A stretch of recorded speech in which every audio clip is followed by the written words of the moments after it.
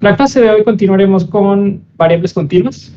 Prácticamente es lo mismo que hemos visto hasta el momento con las variables discretas, que era la distribución. Bueno, en discretas no vimos uniforme, en la continua tiene más sentido en realidad. Vamos a ver una distribución uniforme, vamos a ver igual la geométrica, la normal, que es una de las más importantes, la binomial, si no me equivoco. Binomial no. Bueno, ya irán saliendo. Así que el día de hoy continuaremos con este tema. Yo creo que va a ser lo único que podamos ver, ya que es un tema un poquito largo. La siguiente continuaremos con normalidad y posiblemente después regresemos a R para trabajar algunos ejercicios de microdatos. Así que no les he pasado las especificaciones del trabajo final y ya estamos en octubre. Ya solo tenemos 2 meses. Creo que equivalente a 6 sesiones, es decir, mes y medio.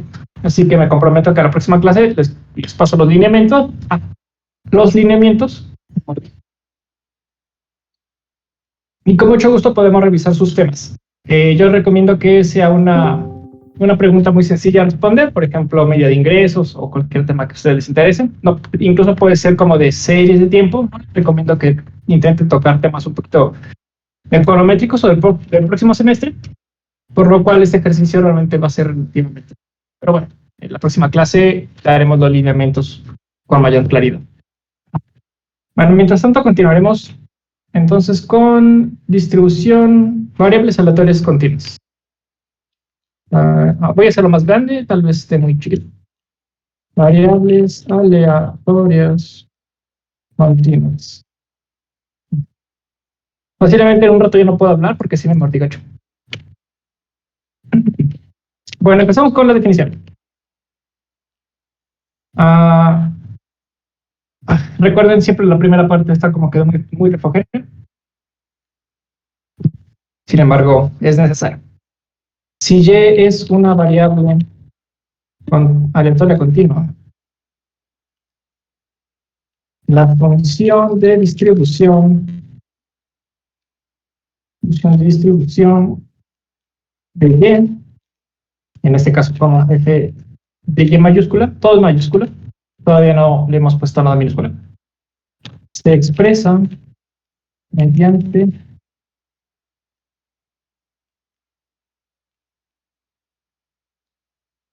f de y igual a menor igual a y minúscula.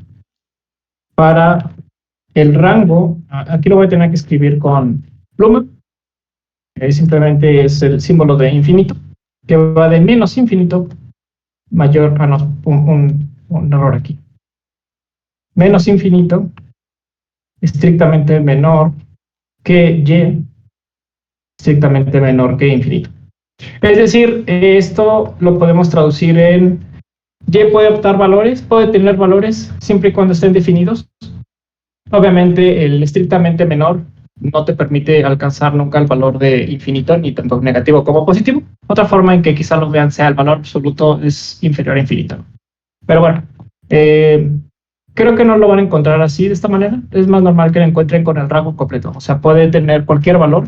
Recordemos que los valores, que diga una variable continua, puede tener, dado 2 puntos, en una variable continua existe una cantidad a, b. Esta diferencia existirá un épsilon tal que sea mayor a c. Es decir, existirá siempre una cantidad infinita de puntos entre dos puntos asignados, asumiendo una función continua.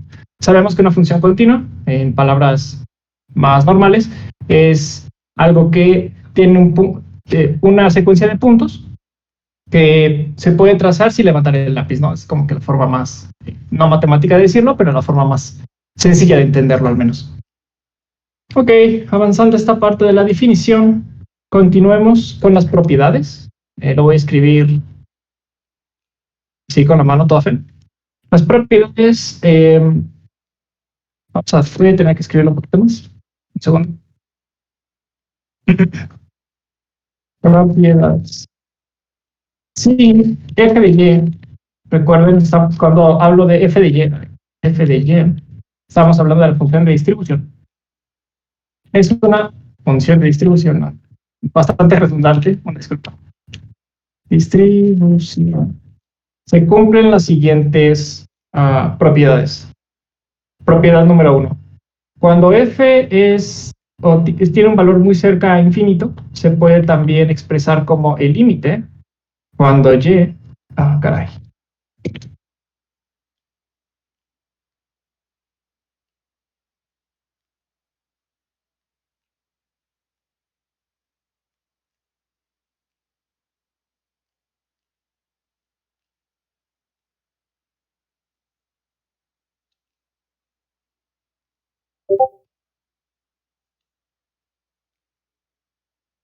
¿Verdad? ¿Se pausó para todos o nada más para mí? Sí, ya envió un mensaje que dice Todos, yo. que algo pasó.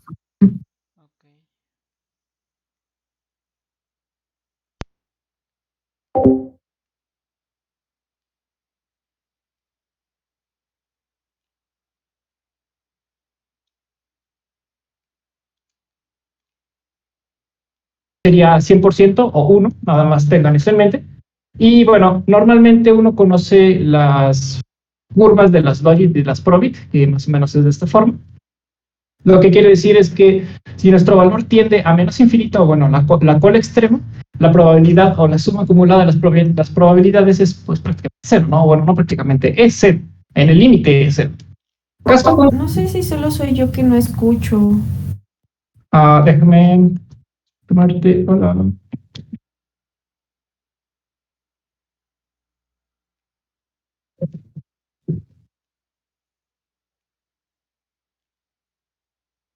Un segundo para los que sí me escuchan.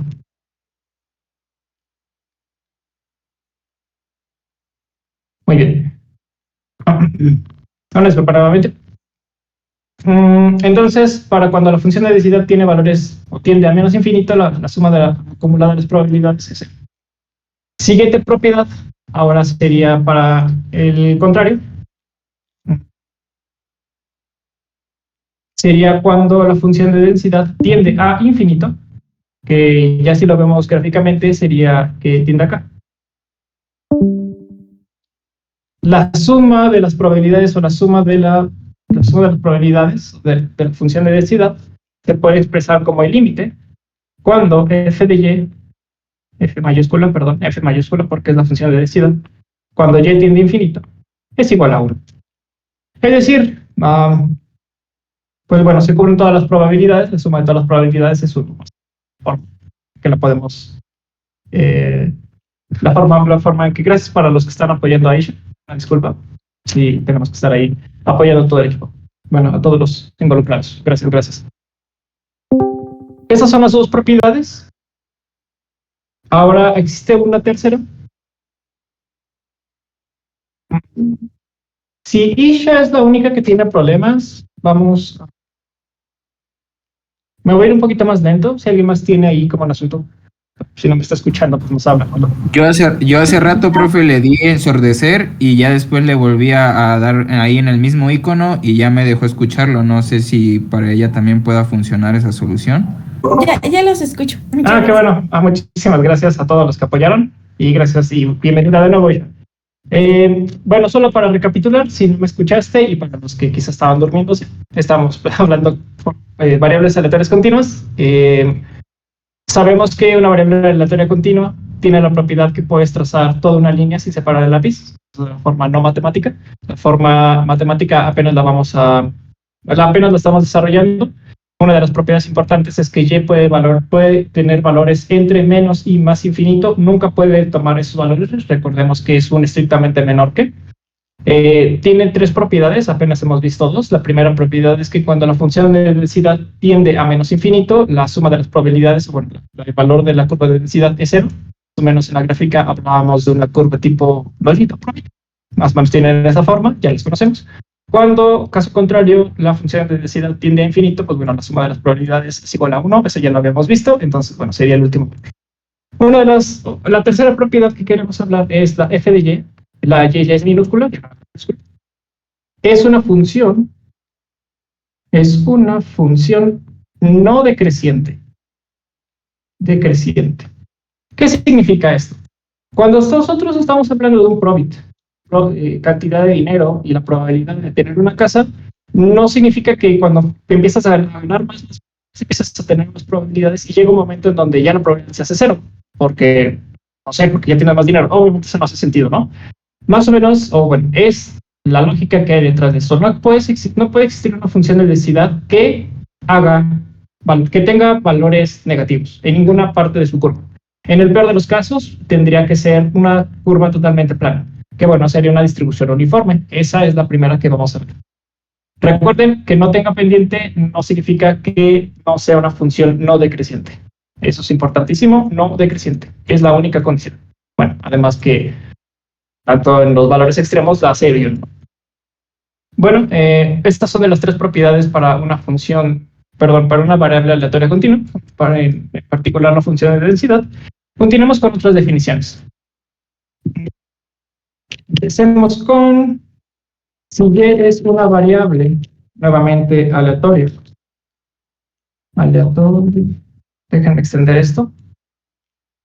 Si y es una variable aleatoria con función de distribución f de y minúscula, coma, se dice que y es continua si la función de distribución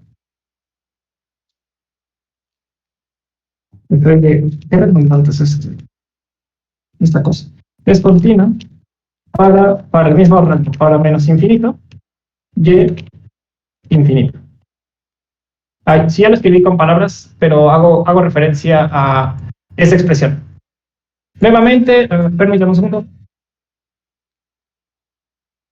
Le encanta pasar este camino.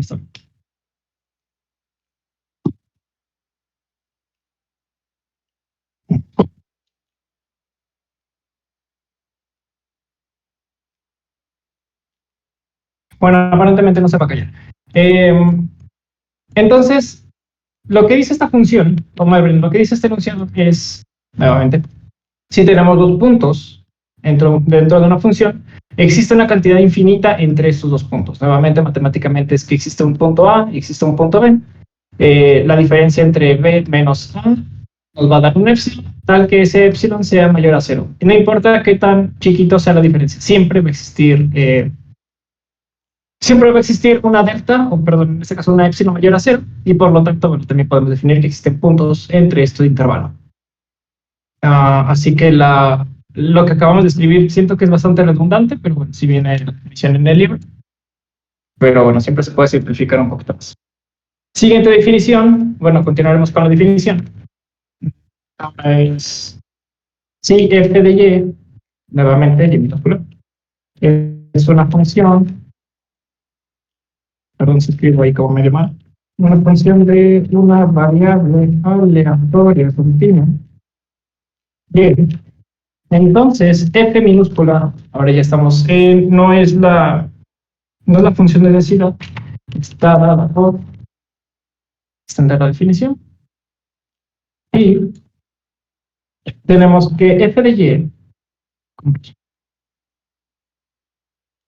es igual a, recuerden, diferencial, no estamos hablando de derivada parcial, sino de diferencial. Diferencial de f de y respecto a y. ¿No? Bueno, simplemente es como cambia la función cuando hay un movimiento en la variable y. También se puede expresar como f' de y. Bueno, esas son nomenclatura general, es lo más común. Simplemente estamos hablando de derivadas.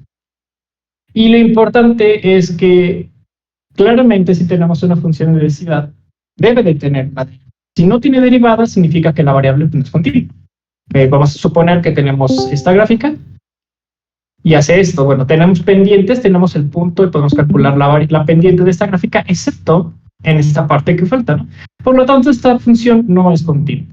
Al no tener derivada, pues bueno, no puede cumplir las propiedades que estamos viendo. Siempre y cuando, entonces, no lo voy a escribir con esto, sino siempre y cuando exista la derivada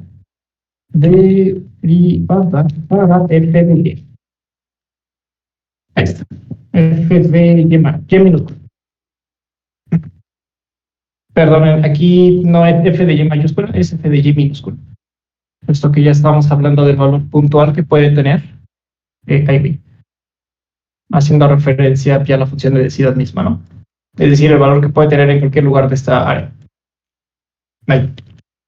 Mucho esto. Siempre y cuando exista la derivada para f de y. Nuevas definiciones. Bueno, vamos a ver las propiedades. Vamos a saltarnos un poquito de texto, no afecta nada. Propiedades.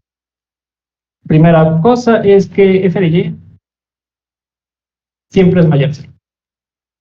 Mayor o igual a 0. No, básicamente esa referencia a las propiedades que habíamos visto de las probabilidades. Ninguna probabilidad puede ser negativa. Entonces es lo mismo, nada más que ahora en vez de estar trabajando con... Bueno, también en discretas trabajamos con f de x, f de y. Pero bueno, ya verán que las demostraciones en vez de ser sumatorios, ahora son sumatorios pero continuos.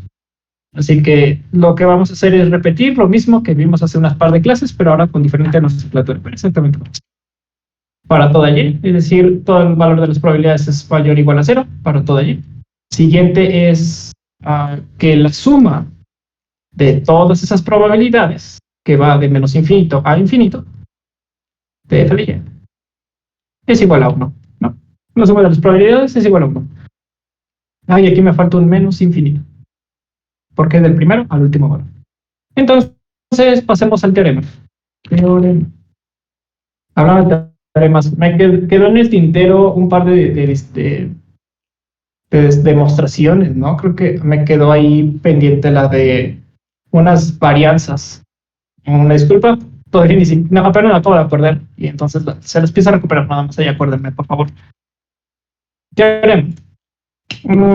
Si la variable aleatoria y tiene una función de densidad f de y minúscula y a menor o igual a b de b y a menor o igual a b. Recuerden, ese menor o igual lo sigo escribiendo en este software y pues no es muy amigable con la nomenclatura que digamos. Que contiene a y b. Bueno, que tiene a y b. Aquí me faltó definirlo, es decir, bueno, si lo quieren hacer un poco más formal, tienen que primero definir que existe un a y un b, pero bueno, ya lo suponemos. Entonces la probabilidad de que y esté en el intervalo AB corchete cerrado. Recuerden que la diferencia entre un corchete cerrado y, corchete cerrado y un paréntesis es que en los corchetes puede tomar el valor de A y en el paréntesis no puede tomar el valor de A, ¿vale? Es decir, si tenemos un intervalo 0, 1 con corchete, significa que los valores pueden estar 0, 0.7, lo que sea, hasta 1, y cuando sean paréntesis es 0.99999. Puede ser válido, pero 1 no. Digo, nada más ahí como si alguien se distrajo y se le olvidó la diferencia entre el corchete y el paréntesis. Entonces, puede estar el valor de y en el intervalo con una probabilidad de, con la nomenclatura, probabilidad que suceda A está mayor o igual a y, menor o igual a B. Esto es igual también como la integral desde A hasta B de f de y, d de y. ¿No? Respecto, recuerden, el d de y es importante en las integrales porque estamos definiendo respecto a qué se está moviendo en la derivada. En este caso es la suma de la curva, la suma del área de baja de la curva. Entonces, vamos a trabajar una muy sencilla. Vamos a poner un caso. Vamos a supongamos que tenemos la siguiente función de densidad. F de y va a tener el siguiente valor. Va a tener un valor de y, sea el cual sea. Pues vamos a imaginar que tenemos una función tipo 2x. El valor o el output existe siempre y cuando ese output esté entre 0 y 1. Digo, nada más para este ejercicio, no necesariamente para todos, ¿no? O va a valer 0 en cualquier otro caso. Vamos a facilitar a escritores, se me olvidó, vamos a ocupar este acrónimo para cualquier otro caso, ¿vale? Es decir, Si nosotros tenemos una función de densidad de esta naturaleza que solo puede ir de 2 a 4, si nosotros tenemos un valor, por ejemplo, 0.5, al ingresarlo en esta f, nos tiene que dar 0, porque este 0.5 no está definido en este rango. Eso es lo que significa esta forma de escribir la f de y. Entonces, si nosotros asumimos esto, podemos dibujar dos gráficas. Nuestra función de densidad, nuestra función de distribución. La función de distribución. Vamos a suponer que este es el 1, así suponer que el rango es entre 0 y 1, aquí lo definimos. Y vamos a suponer que la curva que nos da final sería así. Entonces, este 1 llega a su máximo, y aquí vamos a suponer que este es el máximo, y también llega a otro. Cualquier valor de intermedio, que aquí está y, nos va a dar esta f de y. Ahora, esta fue para la distribución, la función de distribución, pero la función de densidad sería de esta naturaleza. Aquí tenemos la f de y. Aquí tenemos el 0, aquí tenemos el 1, aquí también tenemos el 1, pero la curva sería de esta naturaleza, porque cada incremento, va de 1 en 1. Vamos a suponer que este es el 100. Y de aquí para adelante, esto ya no debería existir, pero si la borro se me va a ir toda la línea. Y esta parte es y. Entonces, esta es la función de densidad. La de la izquierda es la distribución. Densidad. Perfecto. Ahorita vamos a continuar con un teorema precisamente de esto que hemos visto. Pero antes de continuar, ¿hay alguna duda con lo que hemos visto hasta este momento? ¿Cómo explicó la función de densidad, profesor? La función de densidad Ajá, el la había gráfico. explicado como los incrementos, pero no puede ser los incrementos esto. La función de densidad, a fin de cuentas, es una derivada de la derivada de la función de distribución. Aquí la tenemos definida por acá. Entonces, next. Esta es la definición matemática. ¿Sí te hace sentido? Sí. Perfecto. Entonces, continuemos con un teorema precisamente de esto. Si la variable... dejen algo más grande. ¿Listo? Si la variable y tiene una función de densidad, f de y un intervalo AB menor o igual a B, entonces la probabilidad de que esté, la probabilidad de que y esté en el intervalo ¿cómo B? ¿Cómo B? ¿Qué caray? Ahí lo corregimos. La probabilidad de que esté en A, B es que nuevamente vamos a escribir todo lo que hemos puesto arriba, pero con... Déjame ver si no repetí esta. Sí, lo acabo de repetir. Tengo mi apunte y estoy ocupando mi equipo. No, esto que acabo de escribir no lo hagan caso. Estoy repitiendo lo que puse arriba, la función de densidad, que es esta cosa que ya voy a pasar. Bueno, es mi papá. No me había fijado que me equivoqué. Vamos a hacer un ejemplo muy sencillo. A diferencia de los otros ejercicios en donde las funciones continuas tienen muchísimos ejemplos en internet, pero también de densidad continuas, las discretas tienen algunos ejemplos en internet.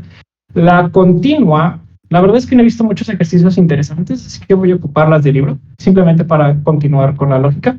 Pero cuando estemos trabajando más adelante, posiblemente ocupemos algunas funciones de densidad. Pero no como las estamos estableciendo aquí. Vamos a generar entonces un ejemplo muy sencillo. Vamos a definir un f de y como la siguiente función: una c, una constante, una variable y al cuadrado.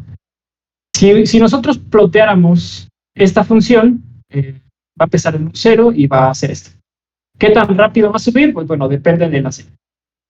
No, porque esto se va a hacer uno solo. Y primero lo vamos al cuadrado y luego multiplicamos. Ya saben. Ok, vamos a quitar esto. Entonces tenemos esta función, o bueno, más o menos presumimos que tiene esa forma. Sin embargo, la probabilidad, si nosotros tomáramos un valor de y, 10 al cuadrado igual a 100, y bueno, ya tendríamos que multiplicarlo por un valor para que nos dé un intervalo entre 0 y 1, siempre y cuando sea válido. Recordemos que la suma de todas las probabilidades es 1, y por lo tanto, si este resultado de y nos da 1.5, pues bueno, la suma de los valores anteriores pues ya no tiene ningún sentido. Entonces, ¿qué es lo que tenemos que hacer? Tenemos que encontrar dos valores tal que la suma de esos valores dada a la integral de esta función nos dé igual a 1. En pocas palabras, tenemos que sustituirse, encontrar el valor óptimo para C. Con eso en mente, trabajemos entonces con la definición que ya tenemos. El paso 1, entonces, es encontrar el valor de C. Vamos a definir nuestra f de y. En este caso vamos a suponer un infinito. Es decir, estamos suponiendo el último valor de la integral de menos infinito a infinito de f de y de y igual a 1. No, esto ya lo tenemos. Esto lo conocemos por definición. Entonces, ahora no tenemos ya tenemos, el intervalo a y me faltó definirlo. Aquí una disculpa. Tenemos la función, pero nos faltó el intervalo. Lo que no tenemos es la c. El intervalo tiene que estar entre 0 y 2. Bien puede estar entre estos dos valores. Cualquier otro valor que obtenga por y, la función va a dar un valor de 0, como en el caso anterior que ya les había explicado. Si pasa esto. Es decir, este caso. ¿Vale? Cualquier otro valor que no esté entre 0 y 2, y va a devolver inmediatamente 0. Por lo tanto, cualquier valor antes de 0 no nos sirve, puesto que va a dar 0. Por lo cual podemos mover los rangos de ya no de menos infinito a más infinito, si ya lo tenemos definido de 0 a 2. Entonces, si ustedes ven el libro, van a ver que de pronto hacen de 0 a 2 la integral. Pero la lógica es porque cualquier otro valor que esté fuera de ese intervalo no sirve de nada ni siquiera expresarlo. F de y ya lo conocemos, es nuestra función c de y al cuadrado, derivada de y. Entonces, el objetivo es, pues bueno, encargarnos de esta situación, ¿no? Simplemente es hacer la integral. Sabemos que la c la podemos, al ser una constante, sacar de la integral, no va a pasar absolutamente nada. Este y cuadrado, pues bueno, ya si se acuerdan de su regla, pues sería y a la n es igual a la integral de esta cosa, con derivada de y, es igual a yn más 1 entre n más 1, ¿no? Entonces, continuando con esta lógica, sería y cúbica entre 3. Evaluado en 0 y 2. Bueno, de 0 a 2. La matemática no es muy complicada. Empecemos con el 0, no es buena idea. Empezamos primero con el valor máximo, que es el 2. Si metemos 2 y lo elevamos al cubo, tendremos 8, si no me fallan las matemáticas. Aquí tenemos un 3, no falla nada. Aquí tenemos una c, menos, pues bueno, cualquier 0 elevado a cualquier número pues va a dar 0, multiplicado por cualquier número. Entonces, este 0 pertenece a esta evaluación, y este 3/8 c pertenece a la primera evaluación. De esta manera ya podemos encontrar el valor c de una manera indirecta. Simplemente es obtener el inverso del valor que lo está multiplicando. C es igual a 3/8. Por lo tanto, para que esta función c multiplicada por y al cubo, que diga al cuadrado, tenga sentido para nuestra función de densidad, esa c tiene que valer forzosamente 3/8. Ahorita vamos a continuar con los ejercicios, pero por el momento sabemos que 3/8 de y cuadrado, cuando y puede tener valores entre 0 y 2, tiene sentido. Esto, por el momento, está bien. Lo único que hemos encontrado es, dado una constante, tenemos que encontrar qué valor permite que y no va entre 0 y 1, 0 y 2. Este 3/8, por esta constante, hace realidad que la función de densidad tenga sentido. Entonces, una vez que ya encontramos el valor de esta constante, podemos continuar con nuestra clase, que sería encontrar el valor esperado de una función de densidad. Hasta este momento no hay ninguna regla para obtener una función de densidad. Recuerden, siempre y cuando no sea una función negativa, es decir, no podemos tener una forma de esta manera. O si tenemos una función cúbica, por ejemplo, tenemos que garantizar que quizá lo que estamos evaluando está entre este punto, o entre este punto y este punto, ¿no? Hay que tener cuidado qué tipo de funciones estamos tomando y por lo tanto qué rango puede estar oscilando los valores. Nuevamente, cuando uno hace un tipo de investigaciones y quiere mostrar que cierto fenómeno se comporta a partir de una distribución y nosotros ponemos la función de distribución, pues bueno, tenemos que demostrar que la función que ponemos es derivable en todos sus puntos, es decir, que es continua. También tenemos que encontrar este valor, o bueno, los valores entre el rango de los valores que puede tener la función para que sea válida. Y bueno, tiene que cumplir con las propiedades que pusimos al inicio, que las tiene que cumplir sí o sí. Entonces, una vez encontrado el valor de esta constante, vamos a dejar este ejercicio en pausa. Vamos a hablar del valor esperado de una variable aleatoria y después vamos a volver a retomar este ejercicio para continuar con el cálculo. Entonces, hablemos ahora del valor esperado de una variable aleatoria. Recuerden, las variables, las esperanzas matemáticas, el valor esperado es una maravilla. El valor esperado de una variable aleatoria que está definido como, bueno, está definido. Aquí podemos tener la esperanza matemática de nuestra variable. Es igual a la integral desde menos infinito hasta infinito, es decir, todos los valores posibles de nuestra función de densidad, multiplicado por nuestra y, es lo mismo que y por probabilidad de y, la suma de todos los rangos, es lo mismo, de y por, pero en vez de una probabilidad, ahora es la función de densidad, f de y, por d de y. Así que voy a borrarlo de abajo, que nada más fue como una especie de ejemplo para trasladar de lo discreto a lo continuo, pero pues ya ven que es lo mismo, lo único que cambia es el simbolito. Y bueno, una de las cosas es siempre y cuando exista la integral. Integral. Aquí falta. Aquí dice integral, y esta e invertida significa existencia. Hablemos de un teorema. Una vez que ya conocemos que existe una esperanza matemática de una variable aleatoria.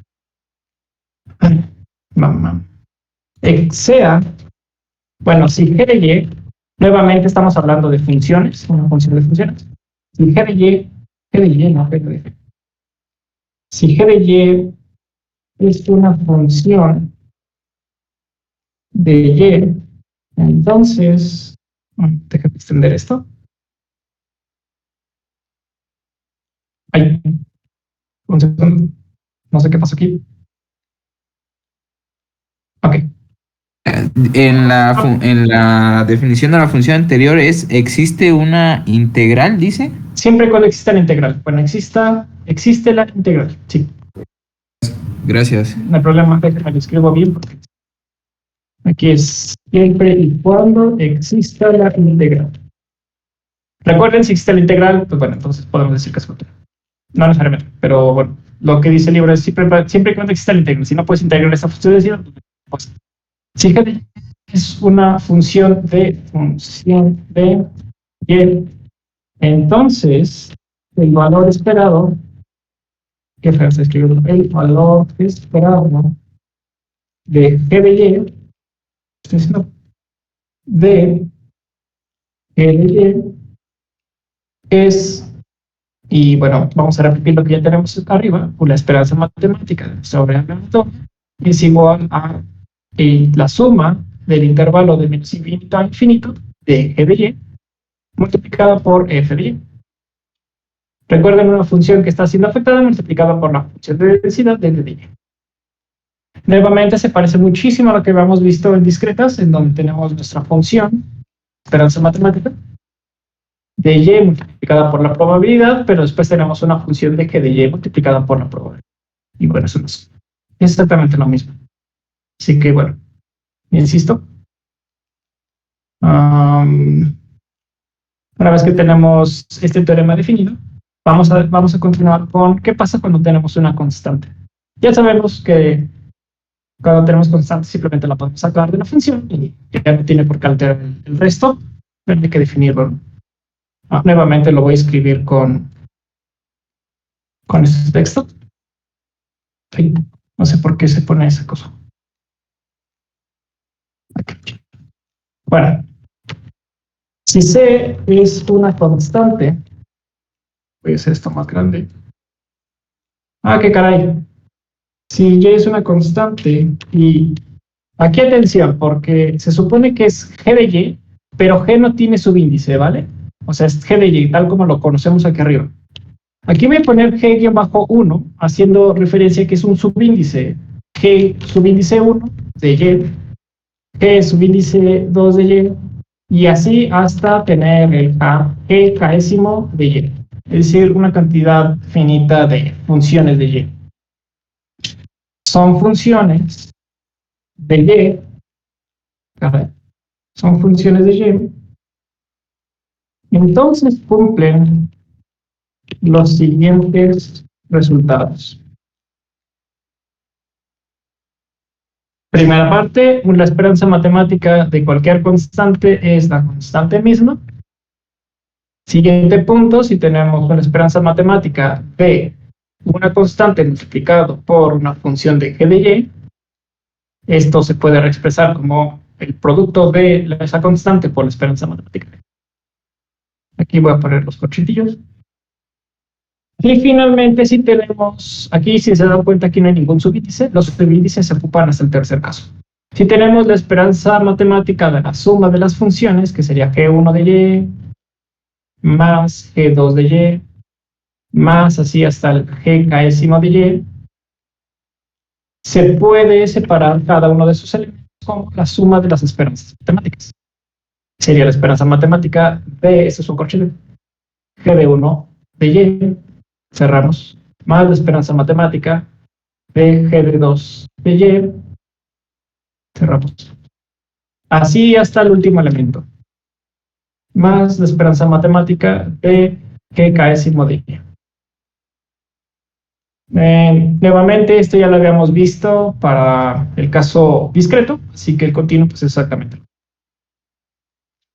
Regresando a nuestro ejercicio, bueno, creo que de los teoremas no hay ningún tema, ¿verdad? Creo que todo bien hasta el momento.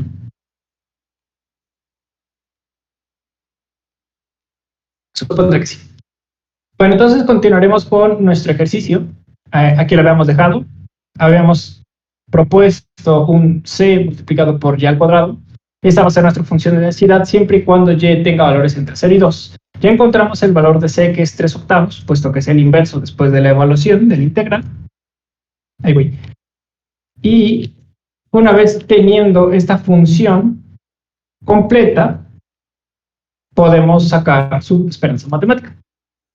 Por lo tanto, tenemos una función de distribución F de Y es igual a 3/8 de Y cuadrado, siempre y cuando esta Y esté en el intervalo 0,2, y F de Y va a dar 0 en cualquier otro caso. Es decir, si ustedes sacan su calculadora y ponen el 2 ahí en la Y, lo elevan al cuadrado, les va a dar un 4, si lo multiplican por 3/8, ¿qué bueno me da? 1.5. Bueno, ya les surré, ya les di el resultado. Vamos por partes. Esperanza matemática de Y. Primero, vamos a definirla como lo tenemos. Es la integral de menos infinito hasta infinito de Y multiplicada por su función de densidad, de Y. Vamos a reemplazar los valores, porque ya sabemos que no va de menos infinito a infinito, sino únicamente va de 0 a 2. La Y ya la tenemos, es una G, pero tiene que ser una Y. La función de densidad ya la conocemos, que es 3/8 de Y cuadrado, y la tenemos que derivar respecto a Y.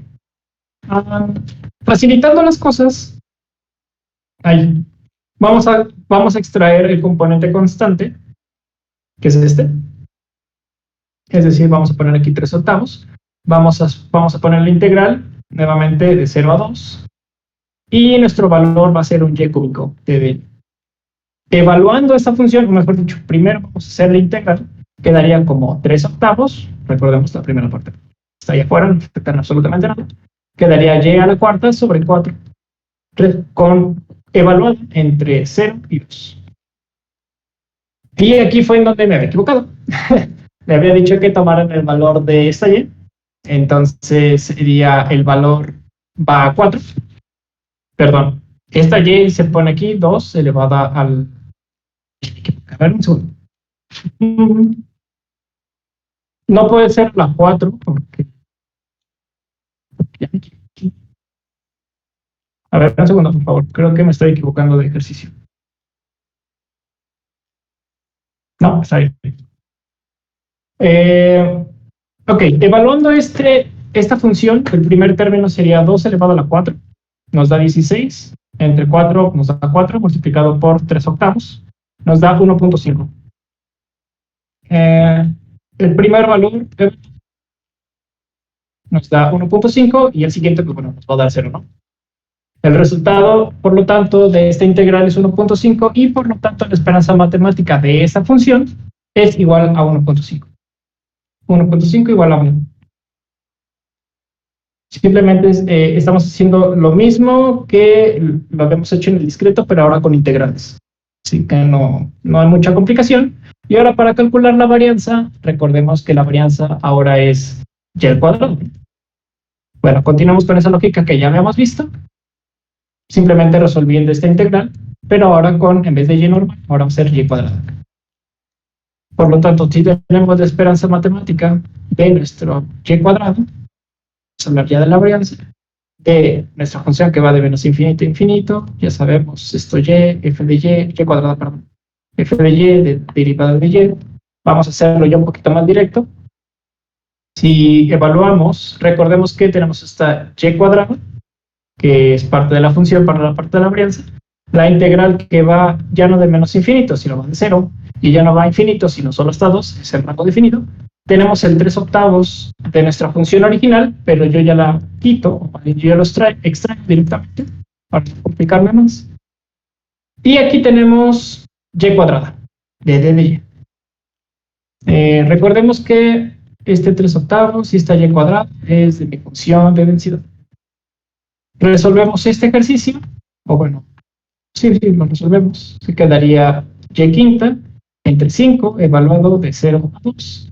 El resultado entonces sería, elevamos ese 2 a 5. Ese 2 a la 5 es igual a 32, entre 5, 6.4, lo multiplicamos por 3/8 y nos da 2.4. Esto es la varianza. Pero lo que necesitaríamos tradicionalmente sería la división. Así que hay que sacarle la raíz cuadrada a esta cosa. Y el resultado es 1.54. Ahí ya le había puesto igual a sigma. Al menos para esta función de juguete que acabamos de ver. Ahí. Al menos para esta función de juguete, la media y la varianza está definida como 1.5 para la media y 1.54 para la división estándar. Nuevamente, si se dan cuenta, aquí sucede algo muy chistoso que es muy común en este tipo de funciones exponenciales. La media es 1.5 y si nosotros sacamos con teorema de Chebyshev, que claramente aquí no aplica más para las distribuciones normales, pero bueno, el supuesto de más menos dos desviaciones estándar, nos quedaría un intervalo de menos 1.5, cosa que no tiene ningún sentido, y nos quedaría un valor de 4.5, el valor máximo. Nuevamente, el intervalo que tiene esta función, dadas sus desviaciones estándar, no hace muchísimo sentido, pero el problema es cómo está definido esto, porque los primeros valores son muy, muy pequeños, y conforme pasamos a la media, que claramente la media no está centrada, sino más extremo a su posición final, que de hecho es prácticamente el mismo, pues bueno, no hay mucho rango realmente como para que las sumas de ambos lados de la ecuación dé igual a 0. Entonces, pues bueno, o sea, uno de los problemas de este tipo de funciones geométricas es que su media y su varianza, pues bueno, sobre todo la varianza va a estar muy loca, sirve muchísimo para hacer estimaciones. Pero bueno, el valor puntual es importante. ¿Alguien tiene alguna duda hasta este momento de esperanza matemática y una variable continua? Porque ya vamos a entrar a probabilidad uniforme. ¿Está bien?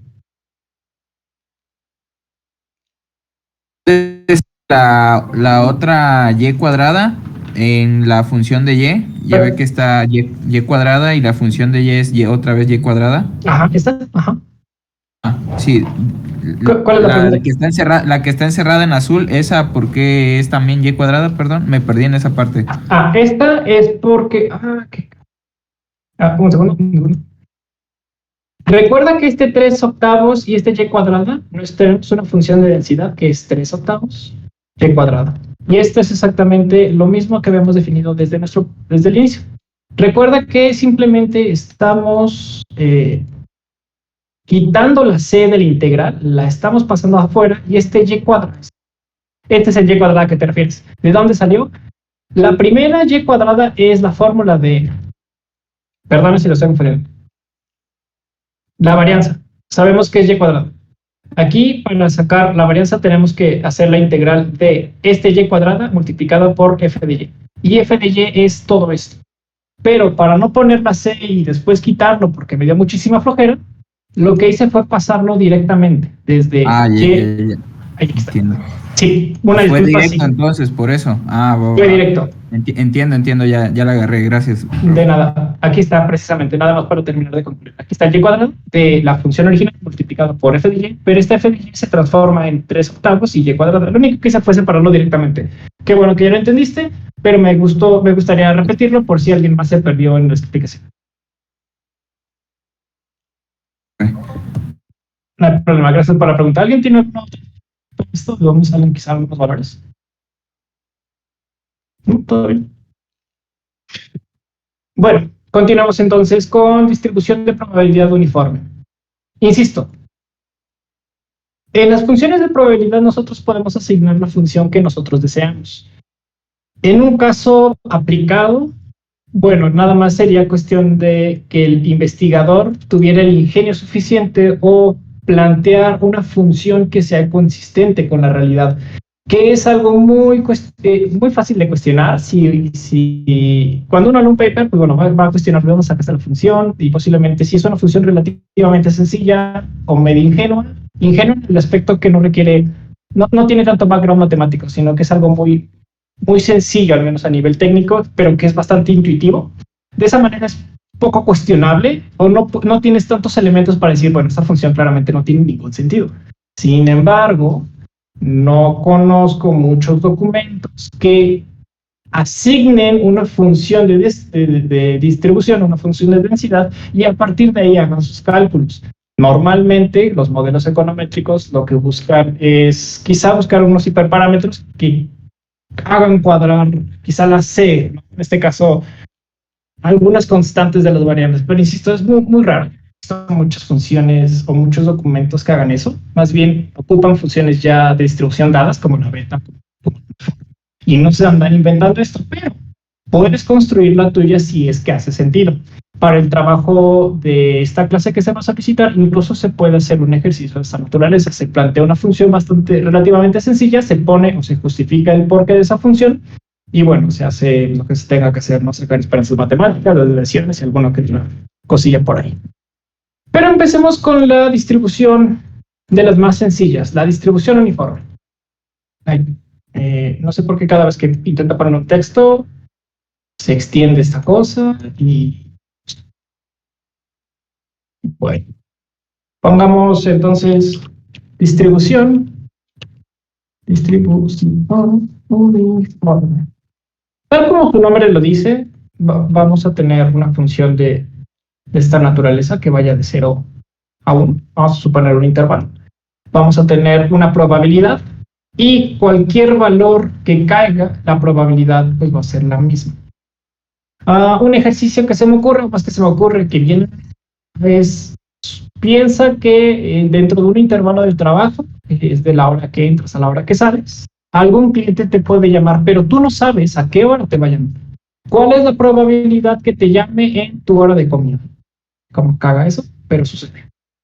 Bueno, sí, cuando nosotros tenemos ese tipo de problemas y realmente no sabemos la forma o la distribución, muchas veces se recurre a la distribución uniforme.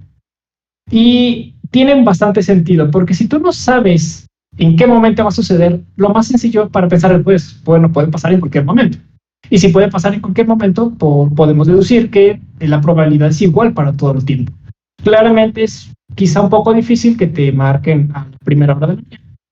Quizá hay una mayor probabilidad que te marquen en la tarde y antes de que vaya a terminar tu día, pues hay más probabilidad, ¿no? Bueno, no. La probabilidad puede... Pero bueno, insisto, muchas veces no sabemos cuál es la forma de la función de densidad y lo más común para ese tipo de ejercicios es proponer una distribución uniforme. De hecho, si nosotros quisiésemos evaluar, dado un problema, cuál es la función de distribución, podemos empezar con contrastar si nosotros, asumiendo una distribución uniforme, podemos, dado una cantidad de resultados aleatorios, llegar a una media poblacional dado a lo que tenemos como prueba de hipótesis, ¿no? Es decir, asumimos que tenemos una prueba, sabemos que existe una función de densidad, no sabemos, pero la negra digamos que es la realidad. Pero como no sabemos, queremos empezar a contrastar. Y la primera función es la de la uniforme. Quizá no nos funcionan los resultados porque la media está por acá y la media original pues está aquí. Bueno, entonces al momento de no servir la uniforme, podemos sacar una exponencial, por ejemplo. ¿Cómo va a servir? Entonces podemos empezar a jugar con diferentes distribuciones. Para eso ocupamos muestrador de Gibbs. Realmente no es algo muy común, pero bueno, muestrador de Gibbs es una maravilla para hacer ese tipo de cálculos. Entonces empecemos con la más fácil, distribución uniforme. Primero vamos a suponer que existen sea teta 2, teta 1, valores variables. Me estoy comprendiendo con la definición. Un segundo. Vamos a definirlo como viene. Sí, teta 1, lo voy a escribir. Teta 2, bueno, sea teta 1 y teta 2, punto. Se dice que una variable aleatoria por función de distribución continua de probabilidad uniforme. Un segundo, ahí está. Sea teta 1, teta 2, simplemente van a ser parámetros. Se dice que una variable aleatoria con función de distribución de probabilidad uniforme y continua existe en un intervalo. Y aquí vamos a poner, bueno, teta 1 y teta 2. Sí y solo si la función de densidad de Y es la siguiente. Es decir, para que tengamos una distribución uniforme se tiene que cumplir la siguiente función. Tenemos una f de y, en donde vamos a tener un valor entre el inverso de la diferencia de 0 de teta 2 y teta 1 para la función cuando y tiene estos valores. Aquí es 2 y aquí es 1. Y va a tener valor de 0 en cualquier otro caso. Es decir, vamos a tener forzosamente los límites de nuestro intervalo, tal como les decía en el ejercicio de las llamadas, por ejemplo. Entras a las 3 de la mañana, sales a las 6 de la tarde y tienes una probabilidad, no sabes. Bueno, la probabilidad es constante para todo el tiempo, tal que la suma de todas las probabilidades es igual a 1. Ya conocemos ese término. Entonces sabemos que las 6 pm, bueno, las 18 es igual a teta 2 y las 9 de la mañana es igual a teta 1. Entonces, otra de las necesidades es que teta 2 sea mayor a teta 1. Sí. Por lo tanto, una vez teniendo esto, podemos definir lo siguiente. Definición. Pues las constantes constantes que determinan la forma específica de la función de densidad. Hay que ver.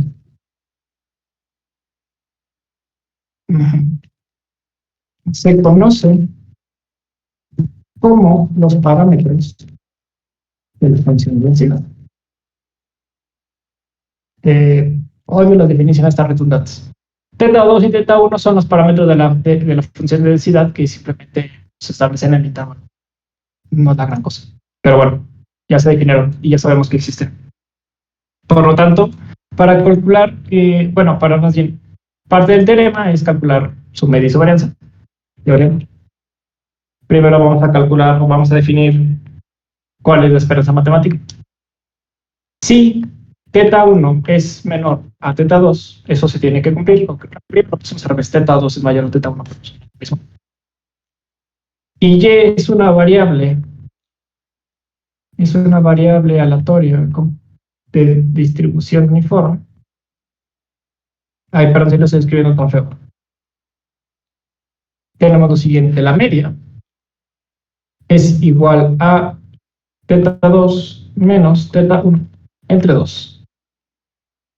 Es decir, si tenemos este ejercicio, la probabilidad de que entre una llamada sea justamente a la mitad del día. Y tiene sentido, ¿no? Porque si tienes dentro de un rango, lo mejor siempre es buscar la mitad, ¿no? Ya conocemos las propiedades de la media.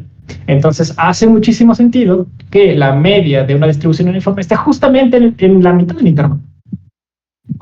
No hay mucho que explicar detrás de ello. Entonces, bueno, sería la diferencia. Aquí me falta una rayita. La diferencia del rango entre 2. De otra forma de explicarlo, bueno, si se dan cuenta, en este caso la media es igual a la mediana, pero no vamos a hablar de eso. Y la varianza es igual a la diferencia cuadrática entre 12. Vamos a llegar a la demostración. Justamente hablando de varianzas, me va a faltar la demostración de la varianza. Yo creo que se lo voy a dejar de tarea. Tenemos la idea. Ajá, bien. Perdón, nada más, ¿puedes revisar? Ahí arriba dice si θ1 y menor a θ2, ¿verdad? Ajá, si θ1 es menor a θ2 y y es una variable de distribución uniforme, se cumple lo siguiente. Me falta escribir casi todo eso. Va, gracias. No hay problema. La media es la diferencia entre 2 y la varianza es la diferencia cuadrada entre 12. Esta, me falta la demostración de esta. Así que ya veré, ya pensaré qué va a pasar con ella. No sé por qué me faltan las varianzas. Bueno, tenemos la integral que va de menos infinito hasta infinito. Ya sabemos que esto después lo vamos a tener que transformar. De y, f de y. De y, claramente. Si esto lo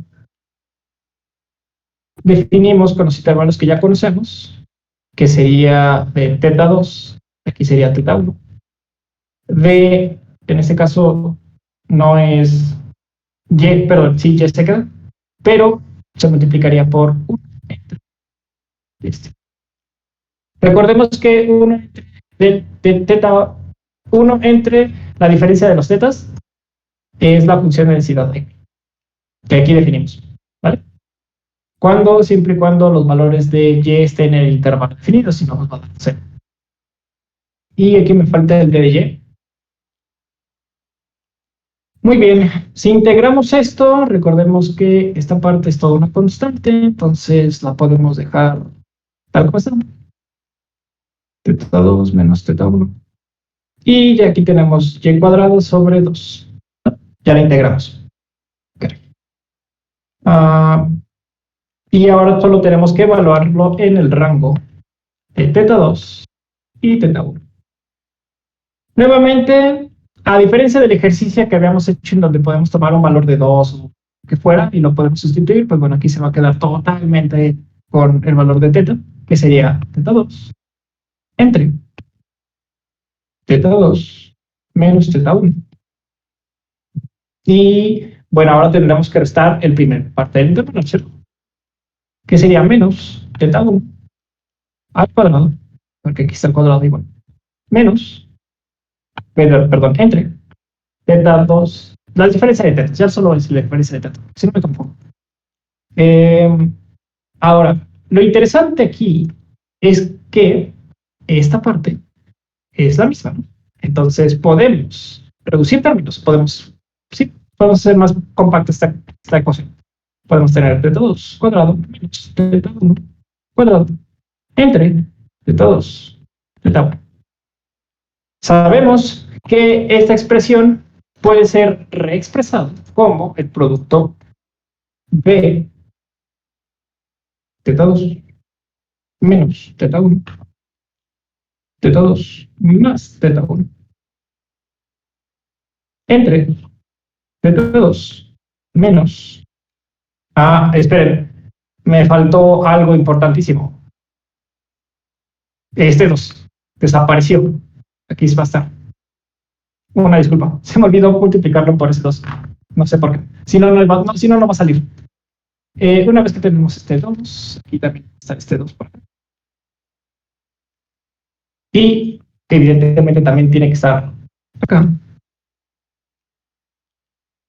Lo ponemos.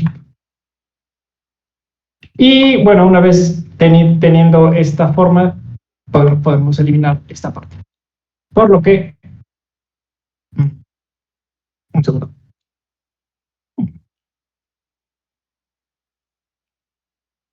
Aquí hay un error, porque el resultado me sale la diferencia de las tetas entre 2.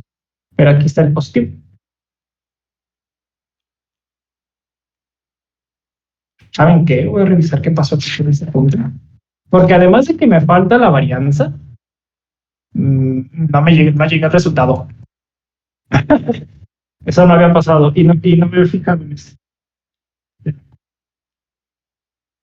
Porque está muy raro esto. No llega esto. La siguiente clase revisaré bien esta parte de la distribución uniforme. Porque no puede ser que no haya llegado. Déjeme revisar qué pasó aquí. A ver. Déjeme revisar siquiera si todo bien planteado. Aquí está la diferencia. Sí, yo hubiera dado tener exactamente igual. Sí, claro. Y luego tenemos la media, es la diferencia de esto entre 2. Sí, claro, hace sentido.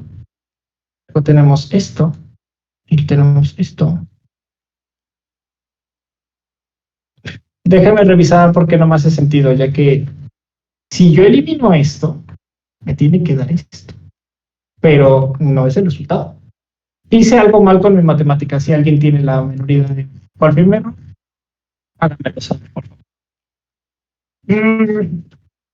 Bueno, continuamos con otra distribución.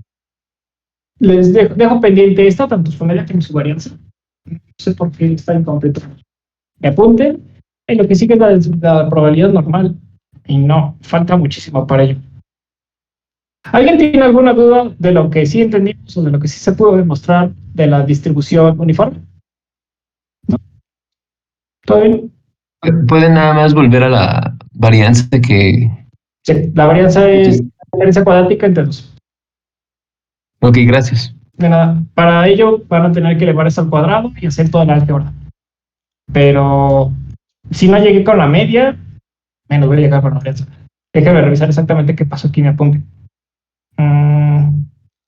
¿Alguna duda entonces hasta este momento?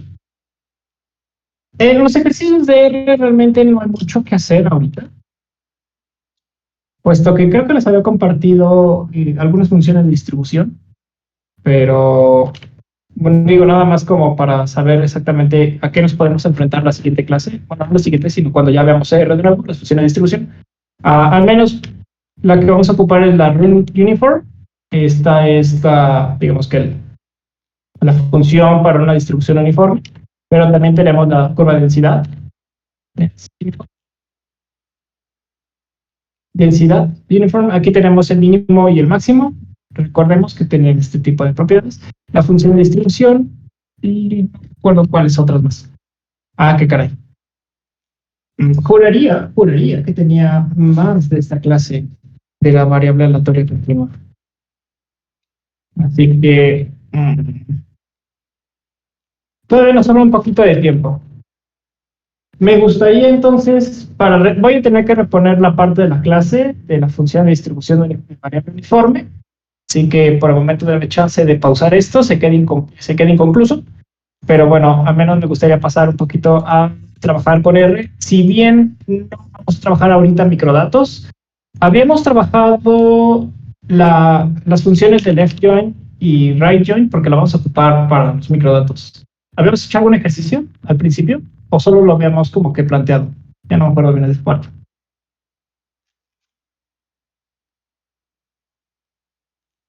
No. Bueno, yo no lo recuerdo, la verdad. No sé si. Sí, según yo, no habíamos visto la unión de tablas relacionales, solo les había compartido algunos documentos. Pero, vamos un segundito. La clase, creo que es este. No, esto es para las bandas. Bueno, está bien. Trabajamos algo muy sencillo, puesto que es necesaria estas bases, o bueno, las librerías en particular, la librería de PLR. Recordemos, la librería de PLR nos va a servir para el manejo de bases un poquito más sencillos, sobre todo los pipes. Para evitar estar línea por línea, podemos concatenar los resultados. Y la otra librería que es TDIR nos ayuda a hacer transposiciones de matrices, sobre todo la manipulación de esa manera. Así que, bueno, vamos a trabajar con estas. Cuando trabajemos con microdatos en particular, voy a evitar en la mayor medida de lo posible usar las librerías. Pero, al menos estas tienen la función left join, inner join y right join. Esto creo que lo habíamos visto muy recientemente en teoría de conjuntos. Así que voy a salir de esta pizarra, voy a hacer una nueva. La siguiente clase vamos a continuar con ello. Pero vamos a imaginar que tenemos una tabla 1. Creo que sí lo habíamos visto, pero no habíamos hecho un ejercicio completo. Y vamos a tener una tabla 2. Tabla 2. Vamos a suponer que la tabla 1 tiene identificado. Y este va a ser el nombre. Y una tabla, vamos a ponerle pelo. Y vamos a suponer que la tabla 2 tiene un desglose para estas personas. Vamos a suponer que la persona, este es el identificador, y esta va a ser la materia que cursó. Vamos a suponer que la persona Juan, que no sabemos su nombre, que quizá la información es censurada, esta tabla, no sé por algún motivo. O bueno, normalmente se hace para evitar consumo de recursos. La persona con el identificador A de la materia 1 tiene una calificación de 10. Y esta misma persona en la materia 2 tiene una calificación de 9. Y la persona B en la materia 1 tiene una calificación de 8. Y esta misma persona en materia 2 tiene una calificación de 10. Esta tabla, si yo la junto con esta, lo que quiero es que reemplace los valores de A, o que más bien me relacione este valor con en este caso B, que lo relacione acá. Si nosotros tuviéramos una C y nosotros pidamos un join. Estas funciones vienen de la paquetería de PLR y nos va a servir para fusionar tablas relacionales. Vamos a imaginarlo en teoría de conjunto. Vamos a tener un conjunto A, vamos a tener un conjunto B. Cuando hablamos de left join, la primera base que vamos a estar llamando va a ser la que va a estar completa más de lo que busquemos de la tabla B. Este sería el left. Cuando tenemos el lo mismo, nada más que se tiene que ver de manera inversa. Es decir, ahora en vez de decir que la primera tabla es la completa, es la segunda tabla es la completa que esté en intersección de la primera. El inner join, como su nombre le indica, simplemente de intersección. Vamos a tener aquí dos conjuntos y es la información que esté en ambas tablas. Y finalmente tenemos el full join, que es toda la información posible. Para términos de nuestras tablas, lo vamos a ver de la siguiente manera. Vamos a suponer que tabla 1 es mi tabla, es la primera tabla obviamente, y la 2 es la 2. Okay. Si nosotros ponemos un left join, vamos a suponer que la tabla 1 es la información que necesitamos en nuestro identificador, que me dé todo lo relacionado a A y a B del resto de tablas. En este caso solo es una tabla adicional, que sería la tabla 2. Si llegase a encontrar otro identificador que no se encuentra en tabla 1, no lo va a tomar en consideración.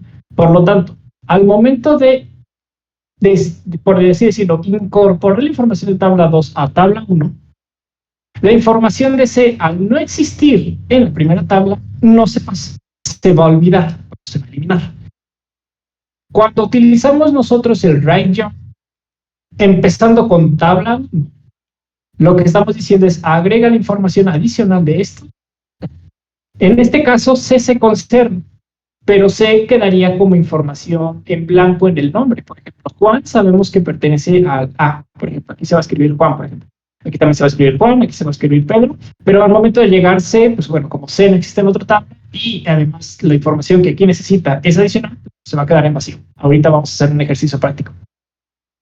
Si nosotros hiciéramos el inner join, que es de la forma más fácil de filtrar utilizando tablas relacionales, eso es una gran ventaja. Lo que va a utilizar es de los dos identificadores ver cuáles son coincidentes y aquellos que no, los dejará al lado. Por ejemplo, si la tabla 1 tuviera un alumno que fuera un Z, tanto Z como C, al no encontrarse mutuamente en las dos tablas, se descartan. Último caso, el full join, como su nombre le indica, es pega todo lo posible y si le falta información, pues ya ni modo, falta. Y se van a quedar muchos huecos.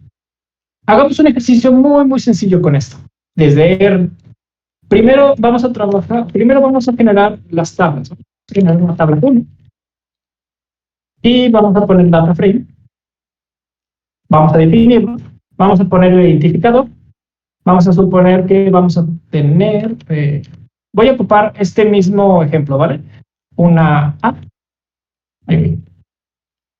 Y también vamos a tener un B.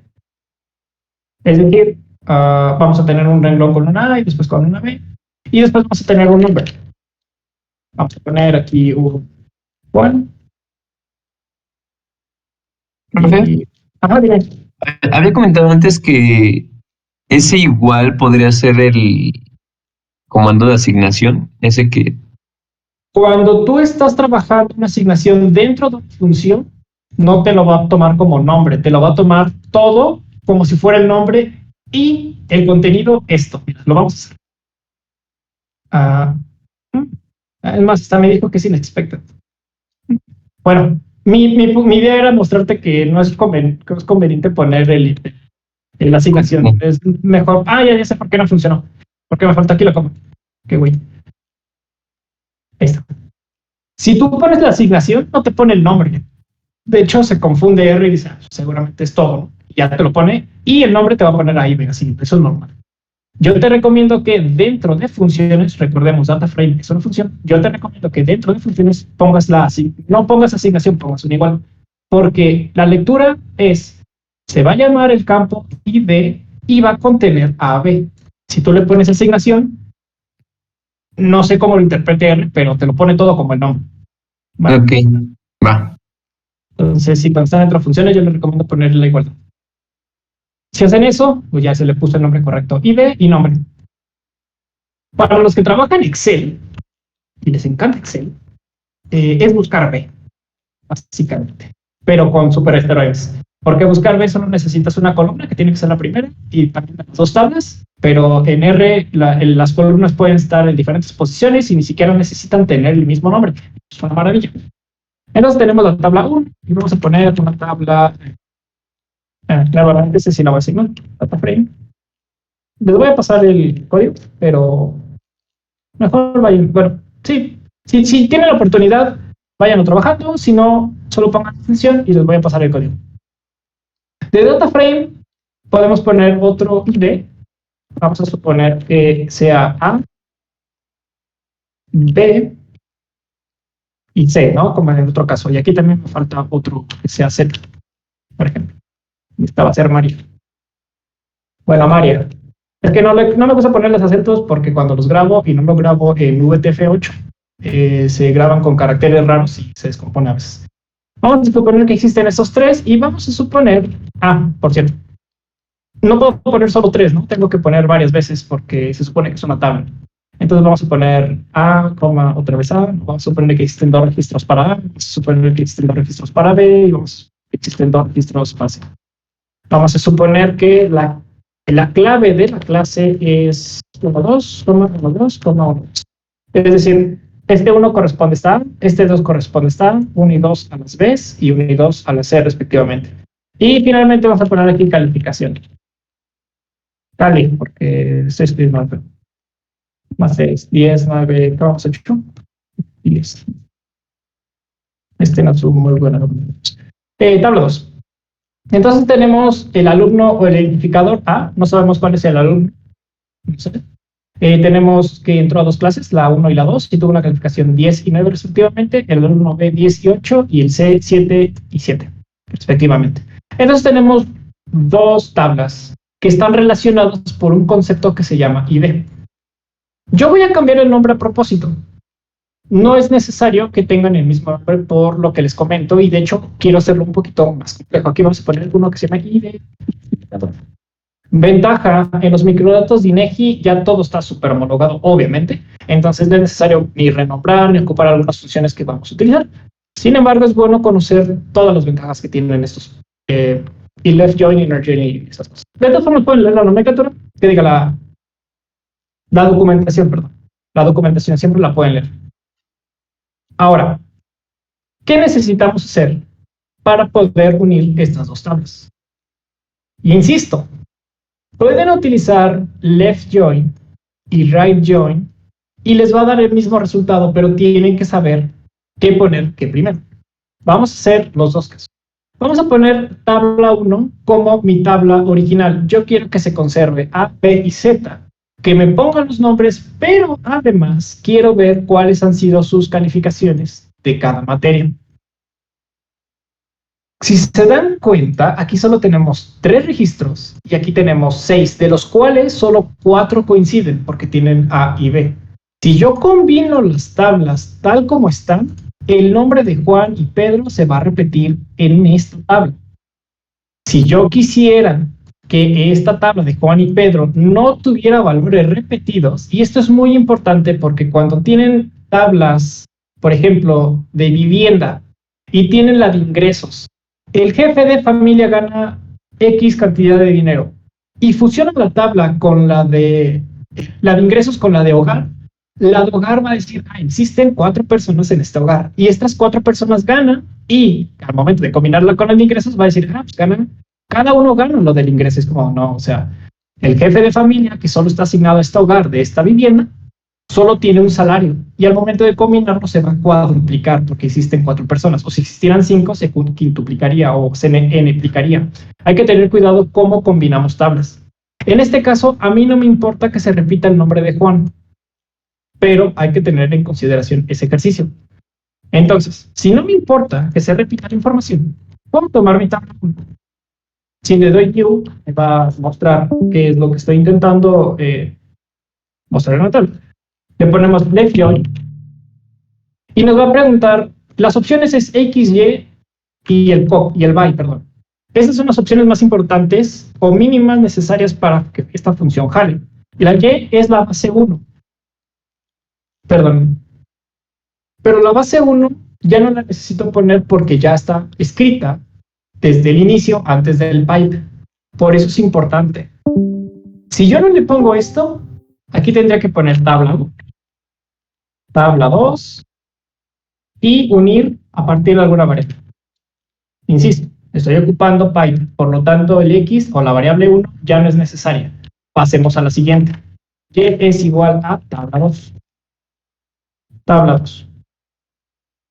La tabla 1 tiene un nombre que se llama ID, que tiene que coincidir con identificador. Voy a regresar el nombre a ID solo para que noten que cuando dos tablas tienen un concepto, un campo en común, left join va a tomar este campo en común en consideración para unirlas. Tengan cuidado porque si las tablas que están tomando tienen el mismo nombre, pero no pertenecen a la misma clase, es decir, algo que se llama ingresos, que hable sobre ingresos por hora, y otra tabla que tenga ingresos, que sea ingresos máximo, pues obviamente no va a coincidir y se va a hacer. Que tengan mucho cuidado con esto. Entonces, si tabla 1 se va a unir con tabla 2 y ambos tienen una columna en común, al momento de correrlo, les va a decir que se va a unir por ID, porque existe esta columna en ambos casos. Entonces ya se dan cuenta que el nombre Juan y el nombre Pedro existen. Pero María, al no existir en la tabla 2, te pone Eneas porque no encontró información adicional en la tabla 2 y es porque no la pusimos. Ahora, ya no le voy a poner ID, le voy a poner ID. Bueno, antes de hacer. Lo correcto, o se supone que no te tienen por qué dar estos warnings. R, al menos aquí no te dice que fue una advertencia de, hey, se te olvidó poner información crucial para que yo pueda hacer mi trabajo. En este caso, simplemente te mostró que existe alguna columna. Pero si no quieres que te dé esta advertencia, insisto, no te la clasifica como advertencia, pero lo es. Tienen que poner el by ID. Si fueron más columnas, es decir, vivienda, número de hogar, número de vivienda y folio de registro, algo así, no me acuerdo ahorita bien, tienen que poner cada uno dentro de una serie de contenido. Por ejemplo, ID2, ID y ID2, ¿no? Vamos a suponer que existieran dos IDs, algo que relaciona el nombre de la persona con su apellido, quizá. Si son dos columnas en cada tabla para relacionarse, tienen que poner explícitamente cuáles son sus columnas. Siempre y cuando el nombre sea igual. ¿Qué pasa cuando no es igual? Por ejemplo, aquí, identificador. ID, la primera parte de mi contenido hace referencia a tabla 1, pero tiene que ser igual a el nombre de la segunda tabla, que en este caso se llama identificador. Vamos a correr la tabla 1 tiene ID y nombre, la tabla 2 tiene algo que se llama identificador, clase y cali. Si yo intento unir la base sin decirle qué variables están relacionadas, qué campos, perdón, son las campo pivote, simplemente dice que no existe nada para hacer el cross join, nada para unirlas. Para eso es necesario poner el by. Una vez poniendo el by, aquí lo cagué, y tengo que poner el view. Me da lo mismo, pero ahora ya no me da la advertencia de, hey, se te olvidó poner el by. O sea, ya lo pusimos de manera explícita. Entonces, dudas hasta este left join es algo muy básico, pero lo vamos a necesitar para los cruces. Thank you.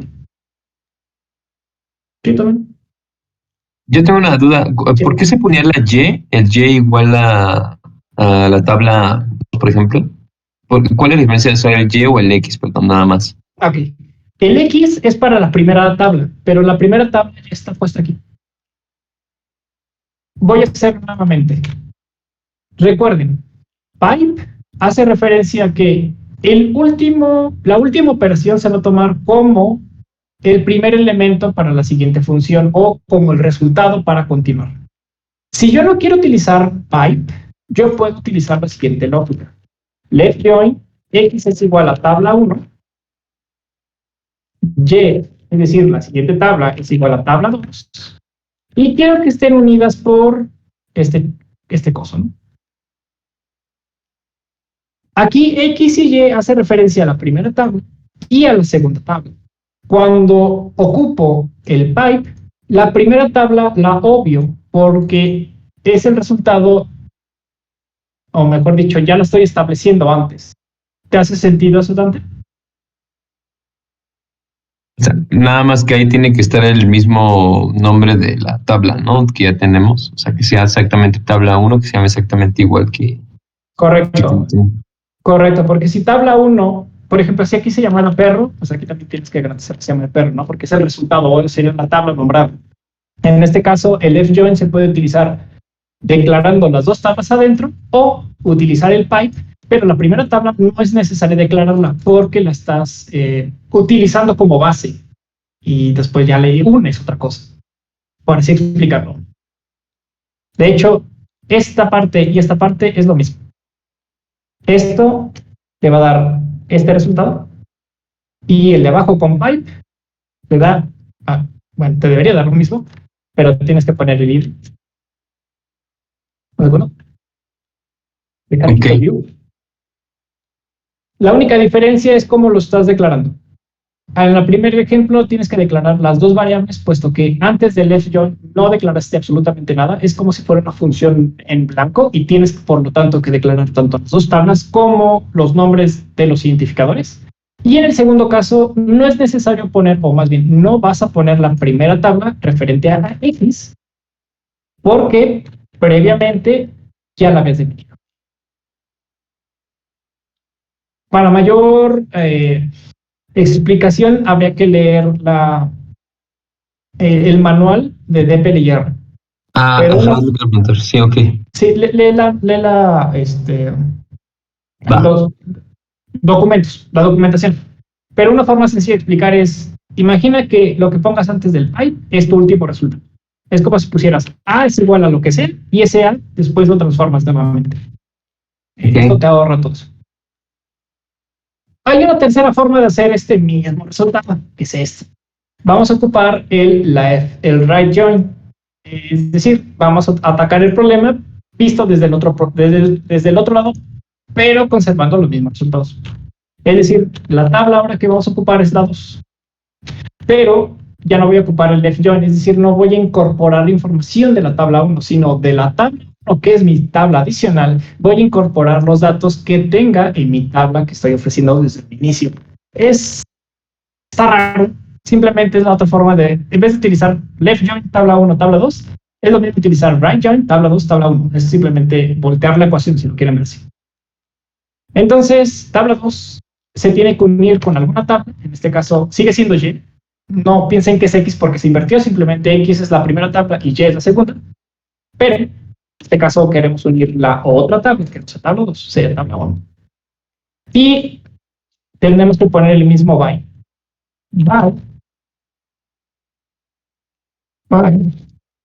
Esa cosa. Pero se dan cuenta que ID pertenece a la tabla 1. Si yo pongo ID, va a buscar este nombre en la tabla 2, cosa que no existe. La primera tabla tiene un nombre llamado identificador. Y la segunda tabla, que es la tabla 2, perdonen por los nombres y por la confusión, se va a llamar ID.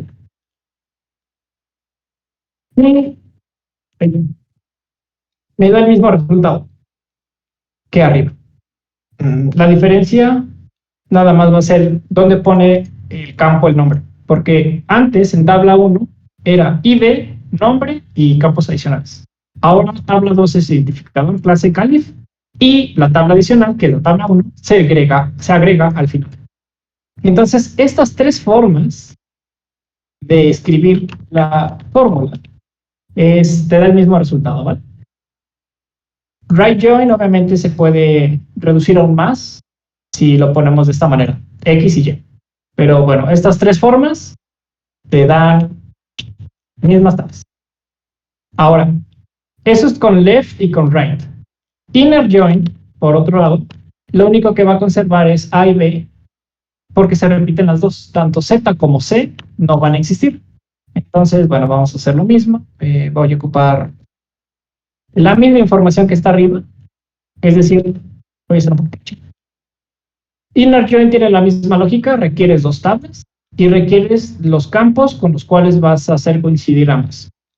En este caso, igual solo nos va a dar A y B, porque ni María se encuentra en la tabla 1, ni la otra persona. Y aquí me faltó. Bueno, la persona C no tiene ni siquiera nombre, pues tampoco existe en la primera. Y María no existe en la segunda. Entonces, Inner join solo te da los valores de las tablas y las une siempre y cuando existan en las dos. Por último, tenemos el outer join. Bueno, vamos a poner el full join. El full join Por ejemplo, no tenemos nombre para la persona C, por lo tanto te va a poner una A, pero sí tenemos sus calificaciones. Para María no tenemos las calificaciones, pero sí la tenemos en la base original, donde vienen sus nombres. Entonces, el full join nos permite unir todas las bases. Nos va a dar huecos en donde existan, pero no va a dejar ni un solo registro afuera. Esto es lo bueno del full join. El inner join es para aquello que sí está en la intersección, y según yo existía algo que se llamaba outer join, cosa que no me está dando, posiblemente lo soñé, que te da todos los resultados que no se encuentran en ninguna de las dos bases simultáneamente. En este caso nos devolvería nada más a María y a Z, o que diga ya a la C. Pero por algún motivo no existe, o quizá no se llama outer join. ¿Alguna duda con...? Dime. El inner join, no entendí, por ejemplo, nos está dando lo mismo que antes, ¿no? Lo que teníamos, o puedes subir ahí nada más en la consola. Sí, lo voy a correr nuevamente. Voy a correr left join, ¿vale? El left join me va a dar Juan, Pedro y María. Pero inner join, dado que María no se encuentra en las dos tablas, la tiene que excluir. ¿Ya viste? Sí, el left join y el right join es lo que eran similares, ¿no? Bueno, era el mismo. Es el mismo. Claro. Sí. Perfecto. Sí, left join y right join es lo mismo, nada más que es lo mismo siempre y cuando volteemos las tablas, ¿no? Porque Ok, claro, sí. puedes poner tabla 2 left join o tabla 2 right join y te va a dar resultados diferentes. En el momento que nosotros invertimos el orden y ponemos la función inversa, pues es como si fuera la negación de la negación. No es lo mismo, pero es una forma. ¿Alguna duda adicional con left join, right join, full join y estas cosas? Esto es lo más básico para hacer los cruces de tablas de datos de los microdatos. O sea, dominando esto, ya, esto es lo más difícil de los microdatos en realidad. Bueno, y la otra es descargarlos. ¿Alguna duda con esto? Yo tengo una duda nada más. Para especificar, si yo quiero jalar solamente algún, digamos, vector ¿Un campo particular? A un campo particular, ¿en qué parte sería ahí del left join o el right join? Esto lo complica un poco más. Vamos a suponer que mi tabla 2, yo no quiero que me dé la clase, solo me dé la calificación, ¿vale?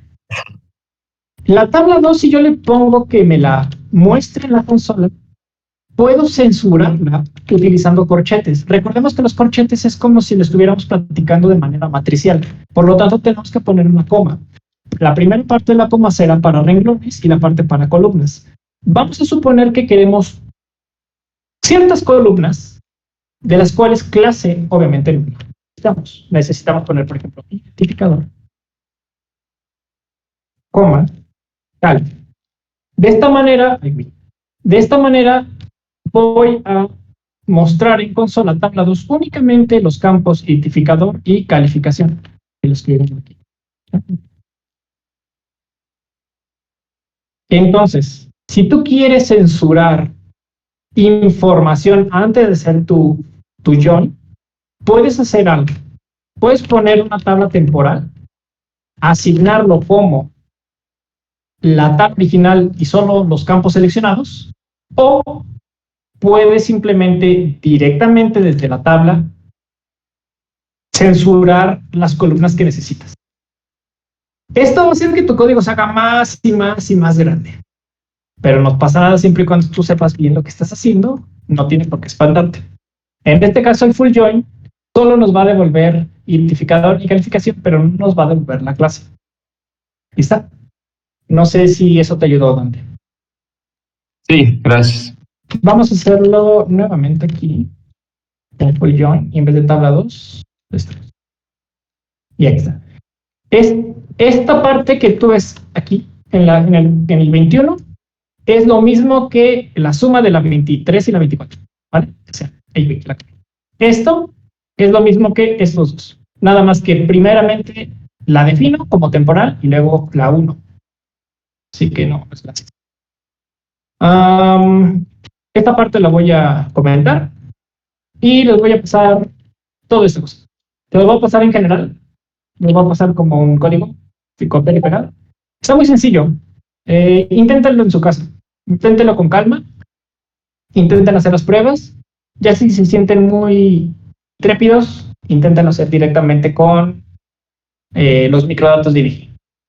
La siguiente clase vamos a continuar con lo que nos quedamos, la parte de la media y la varianza de la distribución uniforme. Vamos a continuar con la normal, y para la siguiente clase creo que deberíamos continuar con otra función, pero la voy a ocupar para dos.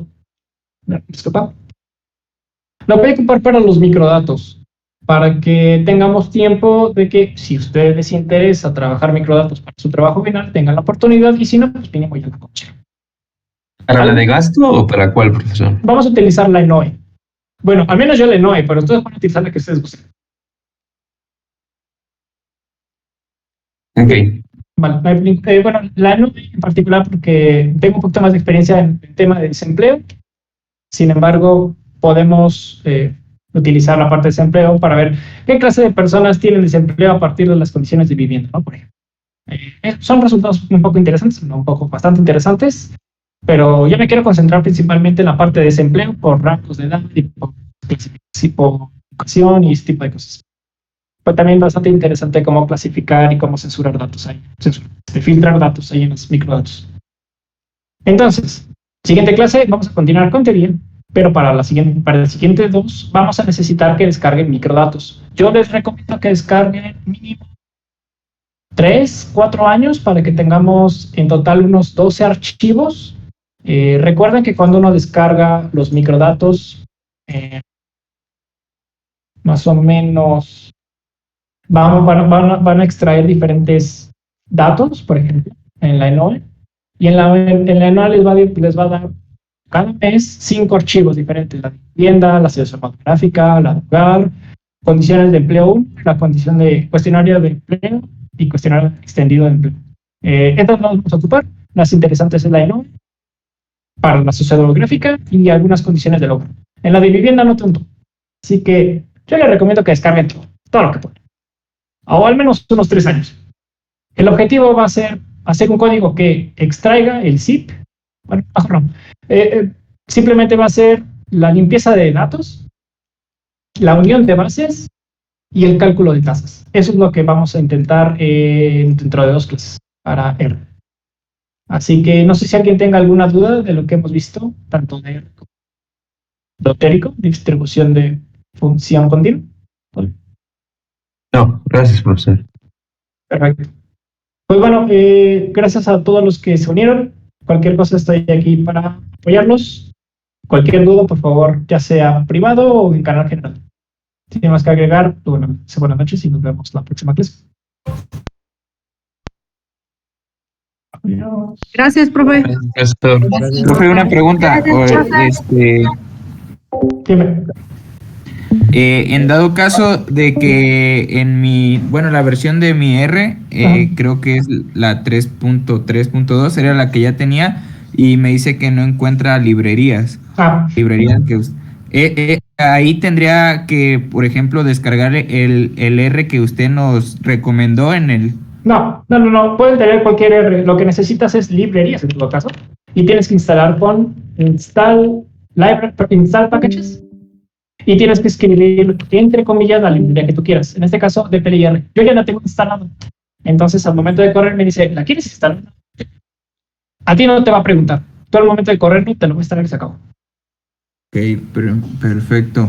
Actualizar librerías, perdón, ¿es volver a hacerlo así, como install o...? ¿Perdóname? Para actualizar librerías se hace igual, o sea... Pues, si tienes que actualizar librerías es porque seguramente borraste algo sin querer. Lo puedes hacer install packages, le das que sí y te reescribe todo. Ok.